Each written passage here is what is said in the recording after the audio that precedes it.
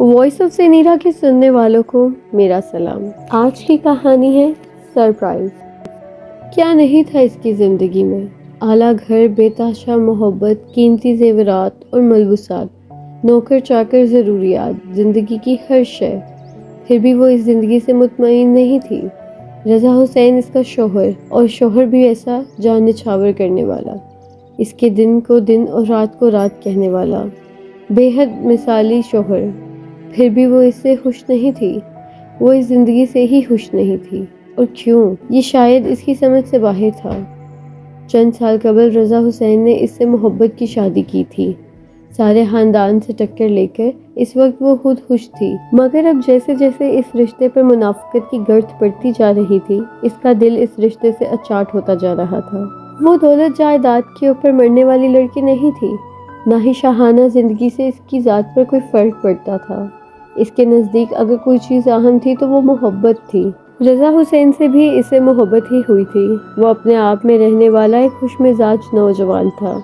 حریم اپنی ایک دوست کی عیادت کے لیے ہسپتال گئی تھی، وہیں اس کی ملاقات رضا حسین سے ہوئی تھی۔ رضا حسین اس کی دوست کا علاج کر رہا تھا، ڈاکٹر تھا اور حال میں ہی یہاں اپوائنٹ ہوا تھا۔ دیکھنے میں وہ خاصا خوش شکل تھا۔ حریم اس کی پیشہ ورانہ مہارت اور اخلاق سے بہت متاثر ہو گئی تھی۔ اسی کی تعریف نے اسے رضا حسین کی طرف مائل کیا تھا۔ آنے والے دنوں میں وہ کئی بار اپنی دوست سے ملنے ہسپتال گئی تھی، تبھی وہ دونوں ایک دوسرے کے قریب آ گئے تھے۔ رضا حسین 4 بہنوں کا اکلوتا بھائی تھا اور اس کی نسبت اپنی بہن کی نند سے وٹے سٹے میں طے تھی، مگر حریم سے ملنے اور اس کے قریب آنے کے بعد وہ اس رشتے سے پھر گیا تھا۔ بقول اس کے حریم میں کچھ ایسی کشش تھی جو اسے کسی اور طرف مائل نہیں ہونے دیتی تھی۔ حریم کو اس کا خلوص اور صاف ستھری محبت اچھی لگی تھی، لہٰذا اس نے بھی اس سے راہ و رسم بڑھانے میں کوئی آڑ محسوس نہ کی۔ اس کے والدین چونکہ بچپن میں وفات پا گئے تھے، کوئی بہن بھائی بھی نہیں تھا، لہٰذا وہ اپنے رشتے کی ایک چچی کے ہاں رہ رہی تھی، جہاں اس کے لیے زندگی موت سے کہیں بدتر تھی۔ اسے مناسب وقت پر شادی کرنی تھی اور کسی ایسے شخص سے کرنی تھی جو اس کی زندگی سنوار دیتا۔ رضا حسین کے ساتھ اس کی شادی کے فیصلے کو اس کے چچا نے سراہا تھا، تاہم چچی خوش نہیں تھی۔ رضا کی فیملی بیک گراؤنڈ، اخلاق اور شرافت کو جانچنے کے بعد وہ انہیں اپنی بیٹی کے لیے زیادہ مناسب لگا تھا، مگر شوہر کے دباؤ کی وجہ سے مجبوراً انہیں یہ پروپوزل حریم کے لیے قبول کرنا پڑا تھا۔ حریم جان گئی تھی کہ وہ دوبارہ زندگی میں کبھی اس گھر میں اس حیثیت سے نہیں رہ سکے گی جس حیثیت سے وہ رہ رہی تھی۔ رضا حسین سے شادی کے ابتدائی دن بہت خوشگوار بسر ہوئے تھے۔ وہ جہاں پیر دھرتی تھی وہاں وہ اپنی پلکیں بچھا دیتا تھا، تاہم وقت گزرنے کے ساتھ ساتھ اسے یوں محسوس ہونے لگا جیسے رضا حسین اس سے مخلص نہیں ہے۔ دونوں کے تعلقات میں وہ گرم جوشی بھی نہیں تھی جو کہ ہونی چاہیے تھی۔ وہ زندہ دل لڑکی تھی، اسے ہر وقت اکٹھلیاں اچھی لگتی تھی، ہنسنا بولنا اچھا لگتا تھا، جبکہ رضا ٹھہرے مزاج جیسا شخص تھا جسے اپنے پیشے سے بے حد محبت تھی۔ اس کا کہنا اور ماننا تھا کہ محبت ہر وقت اظہار کے محتاج نہیں ہے، اس کی دلکشی دل کے طاقچے میں مقید رہنے سے بھی بڑھتی ہے۔ اس وقت جب آپ اپنے محبوب کو کسی قسم کی شکایت کا موقع نہ دو۔ دونوں کے متضاد خیالات اور مشاغل نے حریم کو اس رشتے سے بددل کر دیا تھا۔ اسے ابھی اپنے حسن کے صحرا کو برقرار رکھنا تھا، لہٰذا وہ ابھی ماں بننے کے مرتبے پر فائز ہونا نہیں چاہتی تھی۔ رفتہ رفتہ اسے گھر کے کاموں سے بھی ہاتھ کھینچ لیا، تاہم رضا نے اس کا برا نہیں مانا۔ وہ اسے مکمل آزادی اور چاہت کے ساتھ خوش رکھنا چاہتا تھا۔ وہ لڑکی اس کے دل میں بہت اعلیٰ مقام پر فائز تھی۔ انہی دنوں حریم کی سیل پر رانگ کالز کا سلسلہ بڑھ گیا تھا۔ اس نے چیک کیا تو پتہ چلا وہ غلطی سے اپنا فون نمبر فیس بک کے اکاؤنٹ میں لکھ بیٹھی تھی اور یہ تنگ کرنے والے لوگ وہی تھے۔ تب پہلی فرصت میں اس نے اپنا موبائل نمبر تبدیل کیا تھا۔ رضا جانتا تھا کہ وہ نیٹ استعمال کرتی ہے، مگر پھر بھی اس نے اس پر کبھی کوئی پابندی نہیں لگائی تھی کہ اس کی محبت ایسی ہی فیاض تھی۔ شادی کا 1 سال جیسے تیسے گزر گیا تھا۔ حریم سے محبت کے ساتھ ساتھ رضا حسین کی مصروفیات اور ذمہ داری بھی بڑھتی گئی تھی، تاہم اپنے فرائض سے وہ کبھی ایک پل بھی غافل نہیں ہوا تھا۔ اس کی چاروں بہنیں اپنے اپنے گھر میں آباد ہو چکی تھی، اب صرف بوڑھے ماں باپ کا ساتھ تھا۔ اس کی یہ کوشش تھی کہ وہ ان کے ساتھ کوئی زیادتی نہ ہونے دے۔ تاہم حریم کی ان دونوں کے ساتھ نہیں بنتی تھی۔ شروع سے ہی اس کے دل میں یہ پھانس چبھی ہوئی تھی کہ وہ لوگ اسے اکلوتی بہو کی حیثیت سے قبول کرنے کو تیار نہیں تھے۔ جس بہن کے نند کے ساتھ رضا منسوب تھا وہ بھی اسے ایک آنکھ نہیں بھاتی تھی، لہٰذا آئے روز گھر میں کوئی نہ کوئی نیا ڈرامہ رہتا تھا۔ انہی دنوں حریم کے فیس بک اکاؤنٹ میں ایک نیا لڑکا عمار شامل ہوا۔ اس کی طرح وہ بھی خوش مزاج انسان تھا۔ حریم نے شروع میں اسے کوئی خاص لفٹ نہیں کروائی تھی، تاہم رفتہ رفتہ جیسے اس کے پیچھے ہاتھ دھو کر پڑ گیا تھا۔ اس کی یہی شدت حریم کو اچھی لگی تھی۔ وہ واقعی ویسا ہی تھا جیسا وہ چاہتی تھی۔ اسے سوچا تھا وہ فیس بک چھوڑ دے گی، مگر عمار نامی اس شخص سے دوستی کے بعد اس نے اپنا ارادہ بدل دیا۔ اب صبح و شام سوائے فیس بک کے اسے اور کوئی کام نہیں رہتا تھا۔ عمار نے اسے بتایا تھا کہ اس کی صرف ایک بہن ہے جو اس سے بڑی ہے اور اس کی بھی ابھی شادی نہیں ہوئی ہے۔ باپ حیات نہیں ہے تاہم ماں ہے۔ حریم کو اس کے گھر والوں کے بارے میں جان کر بہت اچھا لگا تھا۔ سب سے اہم بات یہ تھی کہ وہ اس سے جھوٹ نہیں بولتا تھا۔ اس کی سچائی اور محبت کی شدت دیکھتے ہوئے حریم نے بہت مشکل سے اسے اپنے بارے میں سب کچھ سچ سچ بتانے کا فیصلہ کیا تھا، اور اس وقت اس کی خوشی کی کوئی انتہا نہیں رہی جب اس کے بارے میں سچائی جان کر بھی عمار نے اسے تعلق ختم نہ کیا، البتہ اس کی ہمدردی مزید بڑھ گئی تھی۔ حریم نے اپنی ازدواجی زندگی کی ہر بات اسے بتا دی تھی، یہ بھی کہ وہ ڈاکٹر رضا سے شادی کے بعد اپنے فیصلے سے مطمئن نہیں ہے۔ شاید رضا حسین وہ شخص ہی نہیں جو اس نے خدا سے مانگا تھا اور چاہا تھا، اور تب عمار نے اسے مشورہ دیا تھا کہ وہ اپنی زندگی مزید برباد مت کرے۔ اگر وہ رضا حسین کے ساتھ خوش نہیں ہے تو اسے ابھی اپنے لیے کچھ بہتر سوچ لینا چاہیے، اور تب اس نے عمار سے مدد کی درخواست کی تھی۔ وہ جاننا چاہتی تھی کہ رضا حسین اس کی درجہ مصروفیات کا باعث کیا ہے کہ اس کے پاس اسے گھمانے پھرانے کا وقت ہی نہیں۔ عمار نے اسے کہا تھا کہ وہ اس کی مدد کرے گا، ساتھ ہی اس نے اسے تسلی بھی دی تھی کہ اس کی مدد سرائی کے لیے وہ اکیلا ہی کافی ہے، اسے اپنے شوہر کی بے پرواہی پر کوڑنے کی کوئی ضرورت نہیں۔ اگلے 2 ماہ میں عمار کے ذریعے اسے بہت سی باتوں کا علم ہوا تھا، اور ان سب میں سب سے تکلیف دہ بات رضا حسین کا اس سے فیئر نہ ہونا تھا۔ اس روز وہ بہت روئی تھی، تاہم اسے رضا حسین پر کچھ بھی ظاہر نہیں ہونے دیا تھا۔ رفتہ رفتہ اس کے مزاج میں تبدیلی آنے لگی تھی۔ پہلے وہ رضا کے قریب رہنے کے بہانے ڈھونڈتی تھی، اور اب اس کی قربت سے بھاگتی تھی۔ وہ سمجھ نہیں پا رہا تھا کہ اس سے کیا ہوتا جا رہا ہے۔ صرف اس کی خوشی کے لیے اس نے اپنی مصروفیات بھی کم کر دی تھی، مگر وہ پھر بھی خوش نہیں تھی۔ اب تو اس نے علیحدہ گھر کا مطالبہ بھی کر دیا تھا۔ رضا اس کی ہر بدتمیزی خاموشی سے سہتا جا رہا تھا، مگر یہ مطالبہ ماننا اس کے لیے از حد شرمندگی کا باعث تھا۔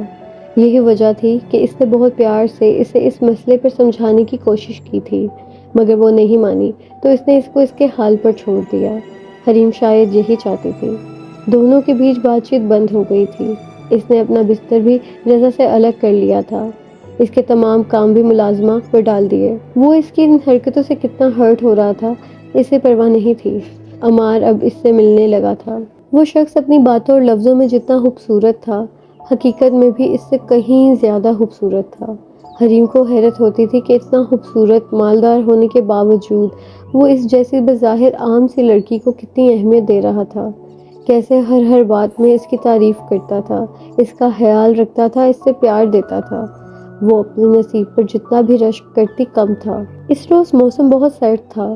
صبح ہسپتال کے لیے جاتے ہوئے رضا نے اسے منانے کی کوشش کی تھی، مگر اس نے اس کی کوئی کوشش کامیاب ہونے نہیں دی تھی۔ اگر وہ اس سے صلح کر لیتی تو پھر الگ کمرے میں کیسے سوتی، ساری رات جاگ کر اپنے محبوب سے اس کی من پسند باتیں کیسے کرتی۔ رضا مایوس لوٹ گیا تھا۔ پچھلے 1 ہفتے سے اس کی نیند اور خوراک متاثر ہو رہی تھی۔ اس کی ماں نے اسے کہہ دیا تھا کہ وہ حریم کی بات مان لے، وہ دونوں بوڑھے میاں بیوی اکیلے رہ لیں گے، مگر وہ نہیں مانا تھا۔ اسے یقین تھا کہ حریم کا غصہ ڈھل جائے گا، وہ اس کی بات مان لے گی۔ رضا کے ہسپتال جانے کے بعد وہ اپنی ساس کی منع کرنے کے باوجود عمار سے ملنے چلی گئی تھی۔ موسم خوبصورت اور سرد تھا، مگر من پسند ہمسفر کے ساتھ نے اس کا حسن مزید دوبالا کر دیا۔ صرف اس کی فرمائش پر عمار نے اسے پورا شہر گھمایا تھا۔ اب شام ڈھلنے لگی تھی۔ واپسی کے سفر میں اس نے اس سے پوچھا تھا، عمار، آج نہیں تو کل تمہاری شادی ہو جائے گی، ممکن ہے جو لڑکی تمہاری بیوی کی حیثیت سے تمہاری زندگی میں آئے تم اسے مجھ سے بہت زیادہ چاہنے لگو۔ اگر ایسا ہوا تو کیا تم مجھے بھول جاؤ گے؟ نہیں، میں شادی نہیں کروں گا۔ گھر والوں نے مجبور کیا تب بھی نہیں؟ نہیں، مجھے کوئی مجبور نہیں کر سکتا۔ اچھا، اگر میری شادی نہ ہوئی ہوتی تو کیا تم مجھ سے شادی کر لیتے؟ شادی ہو گئی تو کیا ہوا؟ میں جسموں سے محبت کا قائل نہیں ہوں، یہ تم اچھی طرح جانتی ہو۔ مکمل توجہ ڈرائیونگ پر مرکوز کیے اس نے سنجیدگی سے جواب دیا تھا۔ حریم کے دل پر ہلکی ہلکی پھوار پڑنے لگی تھی۔ پڑتے جذبات میں اس نے عمار کا بایاں بازو اپنے بازو کے حصار میں لیتے ہوئے اپنا سر اس کے شانے میں ٹکا دیا تھا۔ میں تمہیں پانا چاہتی ہوں عمار، ہمیشہ ہمیشہ کے لیے۔ اگر کوئی لڑکی تمہاری زندگی میں آئی تو میں مر جاؤں گی۔ آج ایسا کہا ہے، آئندہ کبھی مت کہنا، نہیں تو میں بات نہیں کروں گا۔ ٹھیک ہے، نہیں کہوں گی، مگر کیا تم مجھ سے شادی کر سکتے ہو؟ ہاں، کر سکتا ہوں، مگر میں کسی کا دل نہیں دکھا سکتا حریم۔ تمہارا شوہر ہے جو تم سے محبت کا دعوے دار بھی ہے، اس کا کیا ہوگا؟ وہ میرا شوہر ہے مگر مجھ سے مخلص نہیں ہے، اور جو شخص مجھ سے مخلص ہی نہیں ہے میں اس کے ساتھ رہوں یا اسے چھوڑ دوں کیا فرق پڑتا ہے؟ پھر بھی میں تمہیں یہی مشورہ دوں گا کہ تم کسی قسم کی جذباتیت سے کوئی فیصلہ نہ کرو۔ یہ جذباتیت نہیں ہے، بہت سوچ سمجھ کر میں یہ قدم اٹھا رہی ہوں۔ یہ اور بات ہے کہ تم سے نہیں کہا اب تک۔ عمار کا بازو چھوڑتے ہوئے اسے کھڑکی کی طرف رخ کیا تھا۔ عجیب کشمکش ہے جس میں پھنسی ہوئی ہوں، کچھ سمجھ نہیں آتا کہ کیا کروں۔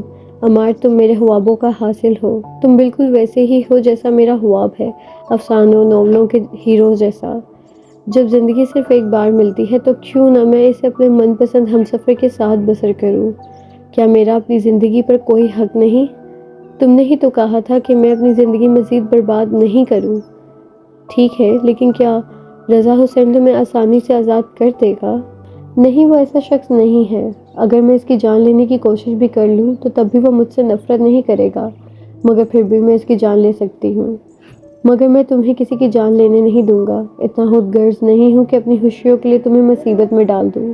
تم صرف اس سے ڈائیورس لوگی اور بس۔ ٹھیک ہے، تو اب ہم اسی دن ملیں گے جب میں اس فضول کے بندھن سے آزاد ہو جاؤں گی۔ سوچ لو، اتنے دن میرے بغیر رہ لوگی؟ ہاں، تمہیں ہمیشہ پانے کے لیے تھوڑے دن کی عارضی جدائی کا زہر تو پینا ہی پڑے گا۔ ٹھیک ہے، جیسے تمہاری مرضی۔ میری ایک مدد کرو گے؟ گاڑی سے اترتے وقت وہ اچانک پلٹی تھی۔ ہاں بولو۔ مجھے رضا سے ڈائیورس لینے میں میری مدد کرو گے؟ کیسی مدد؟ وہ کل ملیشیا جا رہا ہے، 2 روز بعد واپس آئے گا۔ میں چاہتی ہوں وہ جب واپس آئے تو ہم دونوں کو ناقابل برداشت حالت میں دیکھ کر مشتعل ہو جائے اور غصے میں ہمیں طلاق دے دے۔ آئیڈیا برا نہیں ہے، مگر سوری، میں اس کے سامنے نہیں آؤں گا۔ ہمارے کچھ فیملی ریلیشنز ہیں، میں نہیں چاہتا کہ وقت سے پہلے میرا امیج کسی کی نظر میں خراب ہو۔ ہاں، میں اپنے کسی قریبی دوست کی مدد لے سکتا ہوں اگر تمہیں اعتراض نہ ہو تو۔ ٹھیک ہے، بس میں اور وہ کمرے میں تنہا ہوں گے۔ رضا کے لیے یہی بہت ہے کہ میں نے اس سے بے وفائی کی۔ اوکے، اللہ نے چاہا تو ایسا ہی ہوگا جیسا تم چاہتی ہو۔ Thank you Ammar, I love you, سرشاری سے کہتی ہوئی وہ گاڑی سے نکل آئی تھی۔ اگلی صبح رضا ملیشیا جا رہا تھا۔ 5 بجے اس کی فلائٹ تھی، وہ 3 بجے ہی بیدار ہو گیا تھا۔ حریم ابھی سو رہی تھی۔ اس نے اسے ڈسٹرب کیے بغیر وضو کیا، تہجد کی نماز پڑھی اور کمرے سے نکل گیا۔ اپنی تیاری اس نے کل رات ہی مکمل کر لی تھی۔ والدین سے ملنے کے بعد وہ کمرے میں آیا تھا۔ حریم جاگتے ہوئے بھی سوتی بنی رہی۔ وہ ڈریسنگ روم میں گھس گیا۔ وقت تیزی سے گزر رہا تھا۔ جلدی کرتے ہوئے بھی تاخیر ہو رہی تھی۔ مکمل تیار ہو کر بھی بیگ اٹھانے سے قبل اس نے زبردستی حریم کو جگا کر اپنے مقابل کر لیا تھا۔ وہ یوں ہی گلے سے لگاتے ہوئے اس کے کان میں بولا، میں جا رہا ہوں، اپنا خیال رکھنا، واپسی پر ایک سرپرائز دوں گا۔ میں بھی۔ مسکراتے ہوئے حریم نے اسے دیکھا تھا۔ 2 روز کے بعد اس کی واپسی ہوئی تھی۔ ایئرپورٹ پر پہنچتے ہی اس نے حریم کو اپنی آمد سے آگاہ کرنے کے لیے کال کی تھی، مگر اس نے اس کی کال پک نہیں کی۔ کئی بار ٹرائی کے بعد اس نے سیل جیب میں ڈالا اور اسے سرپرائز دینے کا سوچ کر بنا ڈرائیور کو کال کیے ٹیکسی کرا کر گھر چلا آیا۔ سنڈے کے باعث ملازم چھٹی پر تھے۔ گھر کے اندر بھی کوئی نظر نہیں آ رہا تھا۔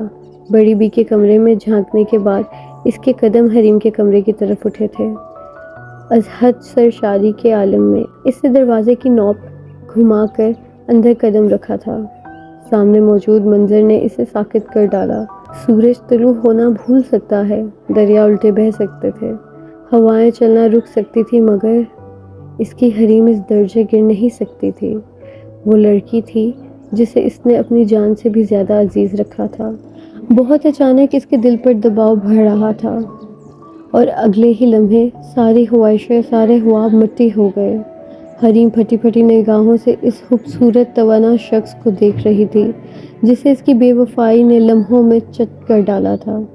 کتنا پکا تھا وہ شخص اپنی عادتوں اور دعووں میں، طلاق دینے اور لینے کی نوبت ہی نہیں آئی تھی، اس سے پہلے ہی وہ زندگی کی بازی ہار گیا تھا۔ مکمل سیاہ لباس میں ملبوس، افسردہ سی وہ عمار کے ساتھ بیٹھی تھی۔ وہ کہہ رہا تھا، جو کچھ ہوا نہیں ہونا چاہیے تھا۔ صحیح کہتے ہیں کہنے والے، عورت کی ہوس اور لالچ کی کوئی حد نہیں ہوتی۔ میں سوچ بھی نہیں سکتا تھا کہ تم واقعی اتنی شفاق ہو سکتی ہو۔ جاننا چاہو گی کہ میں نے تم سے راہ و رسم کیوں بڑھائے، خود کو تمہاری پسند کے سانچے میں ڈھال کر تمہیں اس شخص سے علیحدہ کرنا کیوں چاہا؟ وہ چیخ رہا تھا اور حریم بالکل ساکت بیٹھی خاموش نگاہوں سے اسے دیکھ رہی تھی۔